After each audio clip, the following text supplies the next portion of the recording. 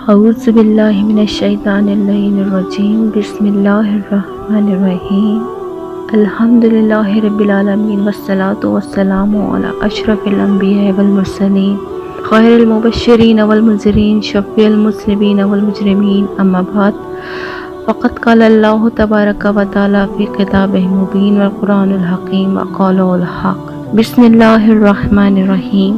تعریف اس خدا کی کہ جو عالمین کا رب ہے، کہ جس نے ہمیں پیدا کرنے کے بعد بھی ہماری ہدایت کا راستہ کھول دیا۔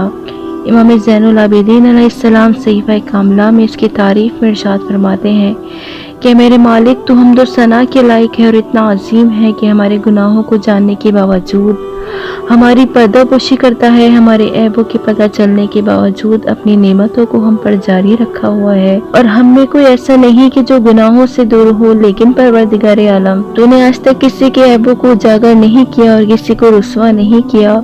خاتم النبیین کی رحمت سے، رحمت للعالمین کی برکت سے پروردگار عالم ہمارے گناہوں کو چھپا لیتا ہے، اور ہر انسان ہر وقت یہ دعا کرتا ہے کہ مالک تو میرے گناہوں کو کبھی عیاں مت کرنا، اور کوئی بھی یہ کبھی نہیں چاہتا کہ ہمارے گناہ ہمارے سامنے آ جائیں۔ عزیزان گرامی، امام کی اس دعا میں ہمارے لیے کتنا بڑا درس ہے، اور امام زین العابدین نے بعد کربلا 40 برس تک ان دعاؤں کے ذریعے جہاد کیا۔ امام فرماتے ہیں کہ وہ کون سی وجوہات ہیں کہ جس کی وجہ سے ہماری دعائیں قبول نہیں ہوتی۔ سجاد کی حدیث مبارکہ کی روشنی میں جو پہلا سبب ہے وہ ہے بری نیت، یعنی نیت میں کھوٹ یا ریاکاری ہونا۔ پروردگار عالم سورہ زمر میں ارشاد فرما رہا ہے، قل انی امرت ان عبد اللہ مخلصا لہ الدین، کہ رسول کہہ دو کہ مجھے تو یہ حکم دیا گیا ہے کہ میں عبادت کو اس کے لیے خالص کر کے اس کی بندگی کروں۔ اور دوسری جگہ پروردگار عالم ارشاد فرما رہا ہے، قل لا اعز مخلصا لہ الدین، یعنی آپ کہہ دیجئے کہ مجھے تو حکم دیا گیا کہ اللہ کی عبادت کرو دین میں اخلاص کے ساتھ۔ عزیزان گرامی، امام فرماتے ہیں کہ اگر ہماری نیت میں کھوٹ ہوگا یا ریاکاری ہوگی یا دکھاوا ہوگا، اور جس میں یعنی خدا نہ ہو، تو ایسی دعا جو ہے یا ایسی عبادت وہ خدا کے ہاں ہماری رد ہو جاتی ہے۔ معصوم فرماتے ہیں کہ اللہ نگاہ نہیں کرتا نہ تمہارے مالوں پر نہ تمہارے چہروں پر، اللہ کی نگاہ کہاں ہوتی ہے؟ یعنی تمہارے قلوب پر، کہ کتنے اخلاص اور خلوص کے ساتھ جو ہو تم دعا مانگ رہے ہو۔ دوسری وجہ کیا امام فرماتے ہیں؟ وہ ہے انسان کا باطن پاک نہ ہونا۔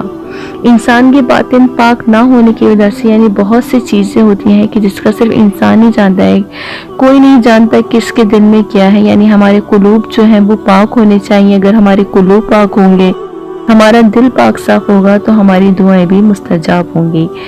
تیسری وجہ امام فرماتے ہیں کہ نفاق کرنا۔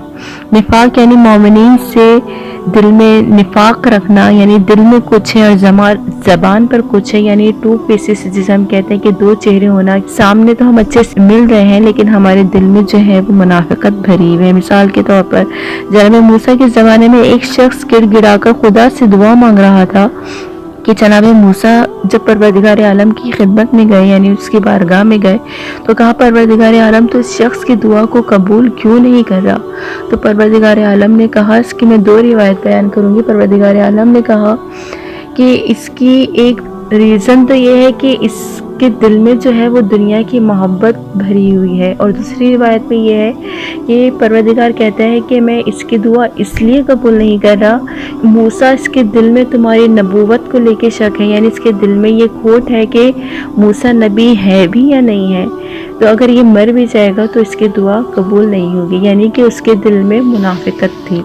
چوتھی وجہ جو امام فرما رہے ہیں کہ یہ اعتقاد رکھنا کہ ہماری دعا قبول نہیں ہوگی۔ یعنی بہت سے لوگ ایسے ہوتے ہیں کہ جو یہ کہتے ہیں ہم کتنی بھی دعائیں مانگ لیں، کتنی بھی نمازیں پڑھ لیں، کتنے روزے رکھ لیں، کتنے حج رکھ لیں، ہماری تو دعا قبول ہی نہیں ہونی ہے۔ یعنی اگر انسان یہ اعتقاد رکھے گا کہ میری دعا تو قبول نہیں ہوگی، تو یہ معصوم فرماتے امام فرماتے ہیں کہ ایسے لوگوں کی بھی دعا قبول نہیں ہوتی ہے کہ جو اس بات پہ یقین رکھتے ہیں، اعتقاد ان کا ہوتا ہے کہ ہماری دعا تو